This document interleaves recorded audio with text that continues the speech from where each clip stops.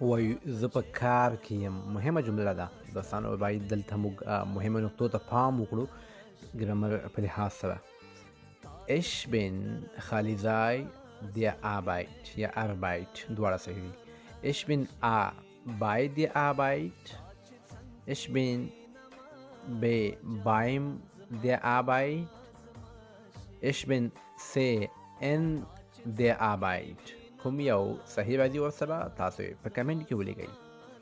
زه به درته هم په اخر کې تاسو کولی شئ وګورئ صحیح جواب په کمنټ کې لیکم کله چا غلط وي.